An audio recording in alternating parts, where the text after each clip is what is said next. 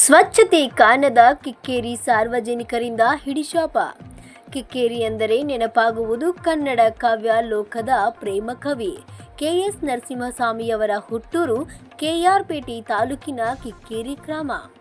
ಶುದ್ಧ ಭಾವನಾತ್ಮಕ ಕಾವ್ಯ ಬರೆದ ಕವಿಯ ಊರು ಇದೀಗ ಕಸದ ಸಂಗ್ರಹಣೆಯ ಕಿಕ್ಕೇರಿ ಎಂಬಂತಾಗಿದ್ದು ಸಾರ್ವಜನಿಕರ ಆಕ್ರೋಶಕ್ಕೆ ಕಾರಣವಾಗಿದೆ.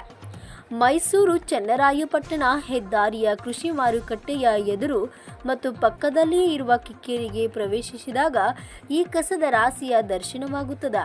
ಪ್ಲಾಸ್ಟಿಕ್ ಚೀಲಗಳು, ಹಳಸಿದ ಆಹಾರ ಪದಾರ್ಥ, ಸತ್ತ ಪ್ರಾಣಿಗಳ ಕಳೆಬರಹದಿಂದ ದುರ್ವಾಸನೆ ಹರಡುತ್ತಿದ್ದು ಸ್ಥಳೀಯರು ಹಾಗೂ ಪ್ರಯಾಣಿಕರು ಮೂಗು ಮುಚ್ಚಿಕೊಂಡೇ ಸಂಚರಿಸಬೇಕಾದ ಪರಿಸ್ಥಿತಿ ಎದುರಾಗಿದೆ.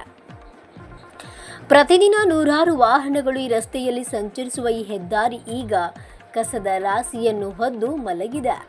ಸರ್ಕಾರದಿಂದ ಪ್ರತಿಯೊಂದು ಗ್ರಾಮ ಪಂಚಾಯಿತಿಗೂ ಕಸ ವಿಲೇವಾರಿ ಘಟಕಗಳ ನಿರ್ಮಾಣಕ್ಕೆ ಅನುದಾನ ನೀಡಿದ್ದರೂ ಕಿಕ್ಕೇರಿ ಗ್ರಾಮ ಪಂಚಾಯಿತಿಯಲ್ಲಿ ಇದೀಗೂ ಕಸ ವಿಲೇವಾರಿ ಘಟಕ ನಿರ್ಮಾಣಗೊಂಡಿಲ್ಲ. ಇದರಿಂದ ಜನರು ಕಸವನ್ನು ರಸ್ತೆ ಬದಿಯಲ್ಲೇ ಹಾಕುತ್ತಿರುವ ಸನ್ನಿವೇಶ ಸೃಷ್ಟಿಯಾಗಿದೆ. ಅಲ್ಲದೆ ಇಂದು ಅದೇ ಕಸದ ರಾಶಿಯ ಬಳಿ ಮಾತೃಶ್ರೀ ಉಚಿತ ವೃದ್ಧಾಶ್ರಮ ಸಂಸ್ಥಾಪದ ಜೈಹಿಂದ್ ನಾಗನ್ ಅವರ ಸ್ಥಳದಲ್ಲಿಯೇ ನಾಮಫಲಕ ಅಳವಡಿ ಮಾಡಿದ್ದು ಅದರಲ್ಲಿ ನಿಮ್ಮ ಜನ್ಮಕ್ಕೆ ಇಲ್ಲಿ ಕಸ ಹಾಕಬೇಡಿ ಅಂತ ನಾಮಫಲಕ ಹಾಕಿದ್ರೂ ಇಲ್ಲಿ ಕಸ ಹಾಕ್ತಿರಲ್ಲ, ನಿಮಗೆ ಯಾವುದರಲ್ಲಿ ಹೊಡೆಯಬೇಕು ಅಂತ ಪ್ರಶ್ನೆ ಮಾಡಿ ಬೋರ್ಡ್ ಅಳವಡಿಕೆ ಮಾಡಿ ಆಕ್ರೋಶ ವ್ಯಕ್ತಪಡಿಸಿದ್ದಾರೆ. ಇದನ್ನೆಲ್ಲ ಸ್ವಚ್ಛತೆಗೊಳಿಸಬೇಕಾದ ಕಿಕ್ಕೇರಿ ಗ್ರಾಮ ಪಂಚಾಯತಿ ಅಧಿಕಾರಿಗಳು ಕಂಡರೂ ಕಾಣದಂತೆ ಕುರುಡರಾಗಿದ್ದಾರೆ. ಕೂಡಲೇ ಗ್ರಾಮ ಪಂಚಾಯತಿ ಅಧಿಕಾರಿಗಳು ಕಸ ಸಂಗ್ರಹಣೆ ಶಾಶ್ವತ ಪರಿಹಾರ ಕೈಗೊಳ್ತಾರಾ ಕಾದು ನೋಡಬೇಕಾಗಿದೆ. ವರದಿಗಾರ Vithal Bhajantri, K first news, Belagavi.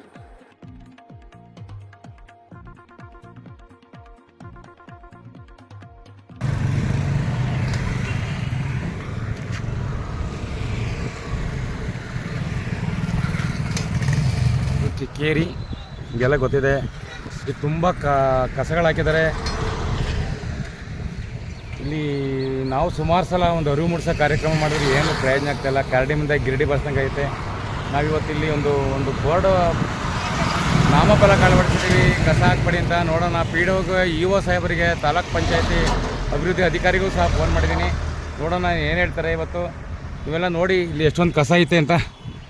Mysuru Channarayapatna road, ಇಲ್ಲಿ ತುಂಬ ಜನ ಯಾತ್ರಾರ್ಥಿಗಳು ಹೋಗ್ತಾ ಇರ್ತಾರೆ. ಇಲ್ಲಿ ನಂಜನಗೂಡು ಇರ್ಬೋದು, ಕೇರಳ ಇರ್ಬೋದು, ಮೈಸೂರು ಅರಮನೆಗೆ ಹೋಗ್ತಾ ಇರ್ತಾರೆ. ತುಂಬ ಕಡೆಗೆ ಇಲ್ಲಿ ಯಾತ್ರಾರ್ಥಿಗಳು ಹೋಗ್ತಾ ಇರ್ತಾರೆ.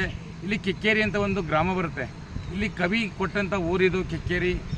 ಮೈಸೂರು ಮಲ್ಲಿಗೆ ಕವಿ ಅವರ ಊರಿದು ತವರೂರಿನಲ್ಲಿ. ಇದು ಇಷ್ಟೊಂದು ಒಂದು ಪಂಚಾಯತಿ ವ್ಯಾಪ್ತಿನಲ್ಲಿ ಒಂದು ಜಾಗ ಬರುತ್ತೆ. ಇಲ್ಲಿ ನಾವು ಎಷ್ಟು ತುಂಬ ಸಾರಿ ಕರಡಿ ಮುಂದೆ ಗಿರಡಿ ಬಾರಿಸ್ದಂಗೆ ತುಂಬ ಸಲ ನಾವು ಇಲ್ಲಿ ಒಂದು ಪ್ರೊಟೆಸ್ಟ್ ಇರ್ಬೋದು, ಪ್ರತಿಭಟನೆ ಮಾಡಿರ್ಬೋದು, ಏನೋ ಅರಿವು ಮೂಡಿಸೋ ಕಾರ್ಯಕ್ರಮ ಮಾಡಿದ್ವು. ಆದ್ರೂ ಯಾರೂ ಸ್ಪಂದಿಸ್ತಾಯಿಲ್ಲ. ಬನ್ನಿ ಇಲ್ಲಿ ಪರಿಸ್ಥಿತಿ ಏನಿದೆ ಅಂತ ನಾನು ನಿಮಗೆ ತೋರಿಸ್ತೀನಿ. ಹಿಂಗೆ ಏನು ಮಾಡೋದು, ದಿನ ಇಲ್ಲಿ ಕಸ ಪರಿಸರ ಹಾಳಾಗ್ತಾಯಿದೆ. ಇವತ್ತು ನಾವಿಲ್ಲಿ ಏನು ಇದ್ರ ಬಗ್ಗೆ ಒಂದು ಅರಿವು ಮೂಡಿಸುವ ಕಾರ್ಯಕ್ರಮ ಶುಕ್ರವಾರ ಒಂದು ಹಮ್ಮಿಕೊಂಡಿದ್ದೀವಿ. ನಾವಿಲ್ಲಿ CCTV ಕ್ಯಾಮ್ರಾ ಇರ್ಬೋದು, ಟ್ರ್ಯಾಕ್ಟರ್ ಲೆವೆಲ್ ಮಾಡಿ ಇಲ್ಲಿ ಪಂಚಾಯತಿಯವ್ರಿಗೆ ಕೇಳಿದರೆ ನಮಗೆ ಜಾಗ ಇಲ್ಲ ಅಂತ ಹೇಳ್ತಾರೆ. ನಾಚಿಕಬೇಕು. ಅರಮನೆ ಇರ್ಬೋದು, ನಂಜನಗೂಡು ಇರ್ಬೋದು, ಕೇರಳ ಇರ್ಬೋದು, ತಮಿಳುನಾಡು ಕಡೆಗೆ ತುಂಬ ರಾಜಧಾನಿಗಳಿಗೆಲ್ಲ ಇಲ್ಲೆಲ್ಲ ಯಾತ್ರಾರ್ಥಿಗಳು ಹೋಗ್ತಾ ಇರ್ತಾರೆ, ಗಣ್ಯ ವ್ಯಕ್ತಿಗಳು ಹೋಗ್ತಾ ಇರ್ತಾರೆ. ಆದ್ರೂ ಇದು ಕಿಕ್ಕೇರಿ ಹೃದಯ ಭಾಗ. ಒಂದು ರಾಷ್ಟ್ರಕ್ಕೆ ಒಳ್ಳೆ ಕವಿ ಕೊಟ್ಟಂಥ, ಮೈಸೂರು ಮಲ್ಲಿಗೆ ಕವಿ ಕೊಟ್ಟಂಥ ಊರು ಕಿಕ್ಕೇರಿ. ಅವರೂರಿನಲ್ಲಿ ಇಲ್ಲಿ ಒಂದು ಹೃದಯ ಭಾಗದಲ್ಲಿ ಕಸಗಳು ತುಂಬ ಕಸ ತಂದು ಹಾಕ್ತಿದ್ದಾರೆ. ನಾವು ಹಲವಾರು ಬಾರಿ ಸಂಬಂಧಪಟ್ಟ ಇಲಾಖೆಗಳಿಗೆ ಮನವಿ ಕೊಟ್ಟರು ಯಾವುದೇ ಒಂದು ಕ್ರಮ ಕೈಗೊಂಡಿಲ್ಲ. ಆದಷ್ಟು ಬೇಗನೆ ಸಂಬಂಧಪಟ್ಟ ಇಲಾಖೆಯವರು ಇದಕ್ಕೆ ಬೇಗನೆ ಸೂಕ್ತ ಜಾಗ ಗುರುತಿಸಿ ಅಲ್ಲಿಗೆ ಕಸ ಹಾಕೋದಕ್ಕೆ ವ್ಯವಸ್ಥೆ ಮಾಡಬೇಕು. ಮತ್ತೊಮ್ಮೆ ಇಲ್ಲಾಂದರೆ ನಾವು ಪಂಚಾಯತಿ ಮುಂದೆ ಈ ಕಸನ ತೊಗೊಂಡೋಗಿ ಸುರಿಯ ವ್ಯವಸ್ಥೆ ಮಾಡ್ತೀವಿ. ನಾಗಣ್ಣ ಜಯಂದು, ಸಾಮಾಜಿಕ ಕಳಕಳಿ ಒಳ್ಳೆ ವ್ಯಕ್ತಿ, ಚನ್ನರಾಯಪಟ್ಟಣ, ಕೆ.ಆರ್.ಪೇಟೆ. ನಮಸ್ಕಾರ.